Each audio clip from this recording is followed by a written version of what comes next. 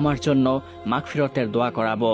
তাই আমি মুসা আলাইহিস সালাতু ওয়াস সালামের কাছে হায়াত দীর্ঘ করার জন্য দোয়া প্রার্থনা করি এবং সেই আল্লাহর কাছে দোয়া করলে আল্লাহ আমার হায়াত দীর্ঘ করে দেন। আমি তার যুগ থেকে আপনার যুগ পর্যন্ত ঘুমন্ত অবস্থায় ছিলাম, কিন্তু মক্কায় আমার জানা ছিল না আপনি কোথায় বসবাস করেন, যার জন্য মক্কায় এসে আমি অনেক ঘোরাফেরা করি। অবশেষে আমি ক্লান্ত হয়ে পড়ি এবং এই ব্যক্তির বাড়ির সামনে ঘুমিয়ে পড়ি। এই ব্যক্তি যখনই আমাকে দেখতে পায় সে আমাকে মারতে আসে, কিন্তু আমি তাকে নিষেধ করি। আমি তার কাছে ক্ষমা প্রার্থনা করি, কিন্তু সে যখনই আমার মুখে আপনার নামটি শুনতে পায় সে আমার উপর আক্রমণাত্মক হয়ে ওঠে।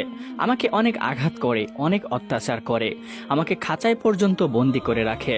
আমি তাকে বারবার বলি আমাকে ছেড়ে দিতে, অনেক কাকুতি করি, কিন্তু সে আমাকে আর ছাড়ে না।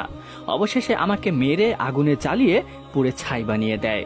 ইয়া রাসূলুল্লাহ, আমি তখনও তার কোনো ক্ষতি করিনি, কিন্তু এখন যেহেতু দ্বিতীয়বার আমি সুযোগ পেয়েছি, এখন আর আমি সুযোগ হাতছাড়া করব না। এবার আমি আর তাকে ছাড়ব না, আমি তাকে শেষ করে দিব।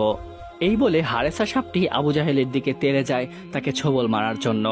আবু জাহেল ভয়ে দৌড়াতে থাকে, কিন্তু নবী করিম সাল্লাল্লাহু আলাইহি ওয়াসাল্লাম পিছন থেকে সাপটিকে ডেকে বললেন, হে হারেসা, তুমি তাকে ক্ষমা করে দাও।